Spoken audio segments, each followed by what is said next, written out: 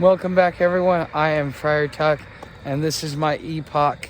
Okay, so it seems like the popular topic of the day is World War III is coming.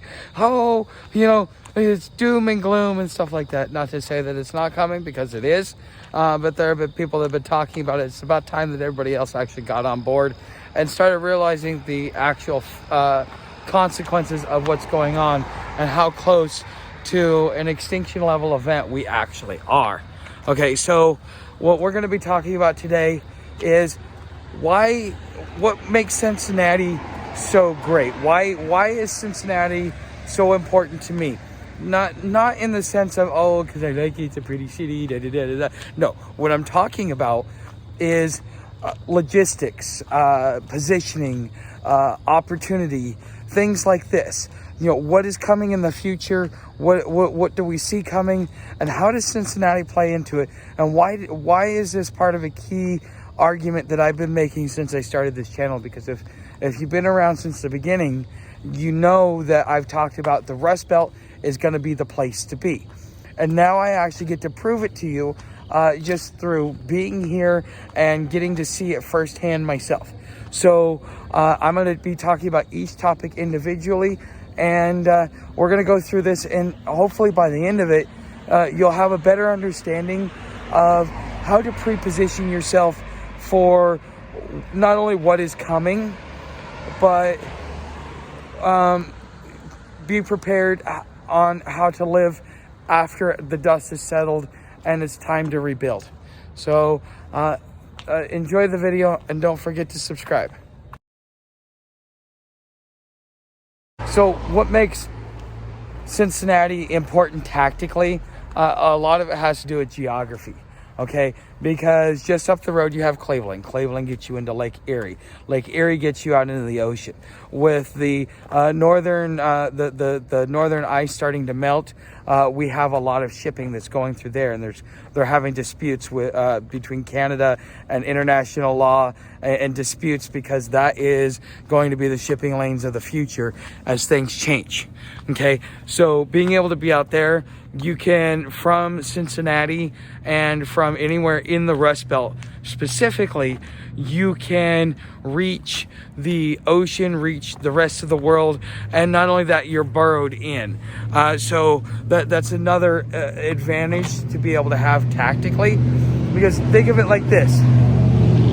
In order for a naval invading force, they have to go through the Great Lakes to be able to get into, let's say, Cleveland.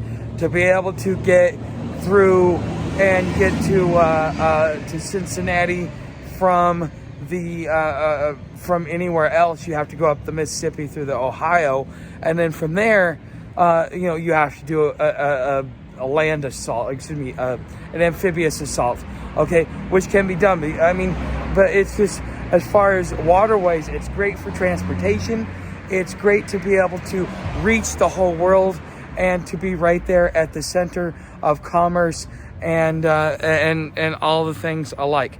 And so geographically, this area, this is why it was the Rust Belt. This was our manufacturing center.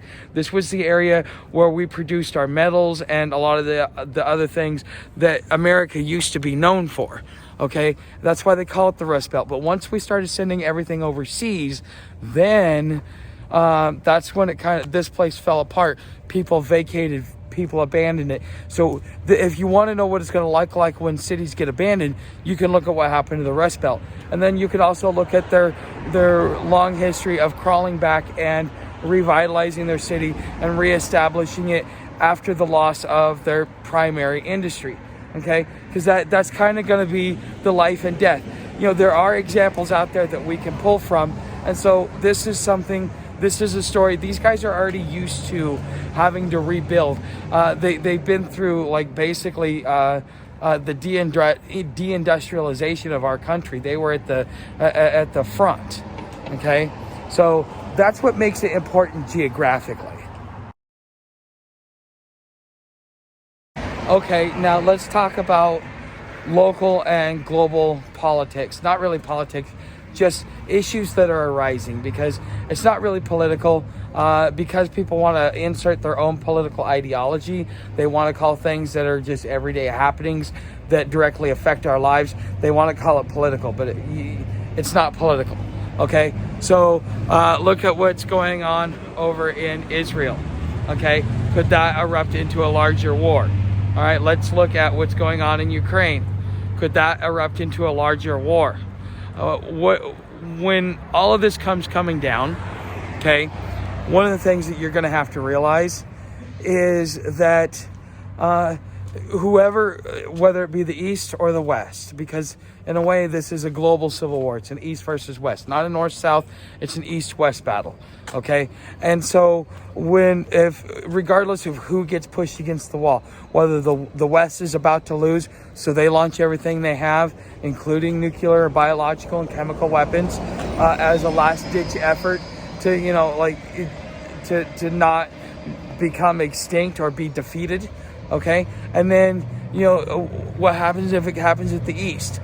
Now, our military doctrine is designed to be able to withstand a nuclear blast, and then to be able to do a retaliatory strike. That has always been our philosophy, is, okay, you can hit us, that way we can annihilate you. And so we use, and that's one loud car. That way they can use the cloud of defense and being able to respond versus being the first aggressor, because we lost, a lot of people became afraid of us, but we also lost respect internationally because of what we did with the nuclear bombs, as far as, what we brought into the world in our arms race, whether you realize it or not. Okay, so you're gonna have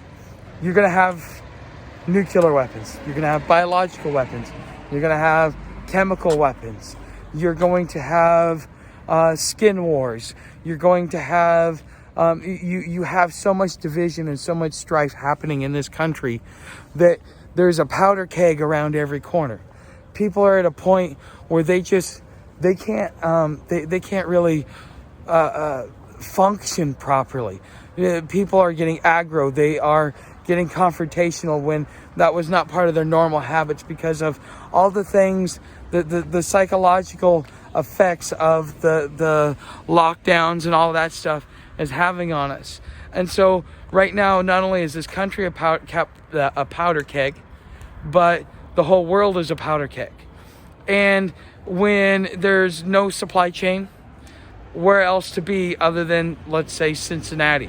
Because you're right there. You got Indiana right next to you. Indiana is farm country. You've got the bread basket. And so because of shipping, because of commerce, because of transport, the Rust Belt allows those guys to be able to get their stuff to market. So even if we've split up into many different jurisdictions or countries and America no longer exists, commerce and trade is still going to have to exist. And all roads are going to flow through Cincinnati, because either you take a jaunt up to Cleveland, or you go down the Ohio River, which goes into the Mississippi River, which goes out into the Gulf. So now you can reach anywhere in the globe, and you could basically split this country in half from Cincinnati.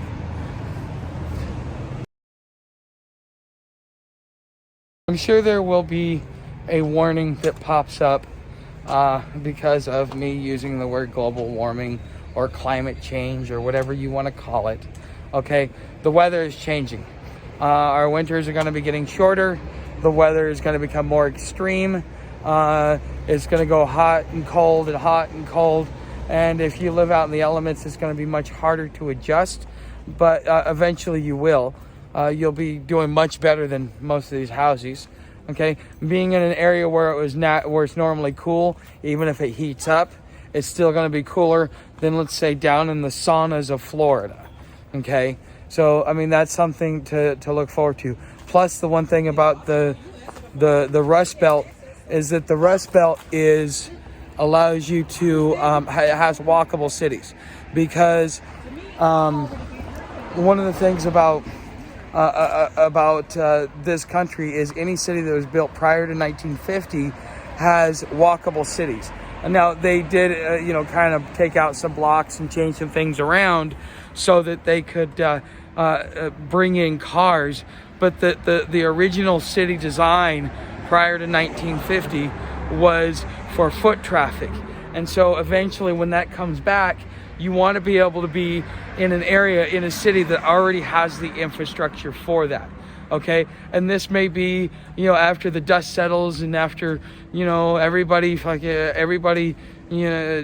a nuke on each other or whatever. You're still gonna have to live on. You're still gonna have to conduct commerce and things like that. So, this is something that Cincinnati offers you. I've already touched on this a little bit, but resources is another important thing about Cincinnati. Okay, you're right next to the breadbasket. You can be a center for commerce between St. Louis and Cincinnati. Things will make it up here. Resources that as far as the supply chain, you got to expect it to go back to something that's like prior to, let's say 1850s, 1880s, something like that, where we're dealing with probably steam power because we're not able to either produce, import, or refine oil. Okay, so you want to think about that. You also have a lot of these old buildings. They are fit for they are fit with steam heating, which means it doesn't require electricity. Okay, so then even in the middle of the winter, as long as you've got some wood, which you've always got forest around, things like that.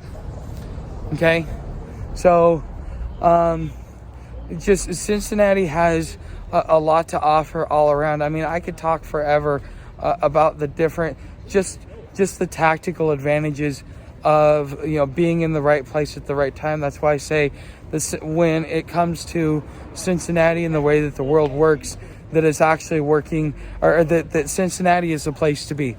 So I've been talking to you guys about possibly migrating south. But after, further contemplation and really thinking about it, I would be a fool to. There's a reason why I'm here. I want to show you guys where the future is, where the best opportunities are. And you get to see it firsthand, and you get to see it from my point of view. And you get to see the way I work through a lot of the things that I do. So I'm going to be staying in Cincinnati for a while. I may get on the road beforehand. I don't know. But once I've got cook kit and water kit, at any point in time, whenever I decide to get on the road, winter or spring or summer or fall, I want to be able to have the freedom to do that. I'm not going to let the weather dictate to me where I stay, to within reason, of course, because I don't want to be, freeze to death. I don't want to be in sub-zero temperatures, but temperatures like Ohio, okay, that Cincinnati is probably about as far north as I'm going to go for the winter. It's still going to be cold up here, but I think if I remember, it's about the same parallel as Portland is. So I'm already used to the cold weather here. Okay, so this is just something for I should be able to handle this. It's going to be miserable, but I will be able to handle it. Okay, so I'm going to end up staying here for a little while, and there's some things that I want to get going, and so I'm going to talk about that here real quick. And as I'm closing up the video, one of the things that I made a promise to myself about is that I really don't want to get on the road again until I'm to a point where I'm making about $300 a month, because that will allow me to buy any emergency gear within reason. I mean, I can't go buy something high end, but I can find something that will work, okay, that's economical. I need to be able to have the certain amenities that will allow me to function as a human being, and do the things that I need to do so that I can focus on bringing you guys content, because as this thing spirals out of control, slowly but surely, I'm going to be right in the middle of all this, and you guys will kind of get to see what's going on around here. Okay, so I mean, it's a thought. I am working on some articles in Street Vibes. I already got my first one approved. I'm working on getting a second one approved, and I'll let them put them in whatever article, whatever ones they want to. Okay, but I'm going to work on some projects, because here's the thing. You guys are following me, so you get to see what I see. We see what's coming. And so if we have an opportunity to come together as a collective, because once all the world, goes to shit, what's going to end up happening, everybody's going to migrate. And if they're going to migrate, where are they going to go? They're going to go to transportation hubs, financial centers, things like that. And so you might as well get that area ready, get that area prepared, because we may see a mass influx of migrants and immigrants throughout the whole world coming through here just to be able to find something to be able to live and to survive themselves. Okay, so anyways, guys, help the channel, become a subscriber, hit that bell notification, hit the like button. I really like to hear what you guys think about this. And also, anything else down in the description. Thanks for watching. See you tomorrow in the next video. Actually, hold on. Not see you tomorrow in the next video. This is the first of 2 videos that I'm doing for today. And I wanted to let you guys know that up front. See ya in the next video.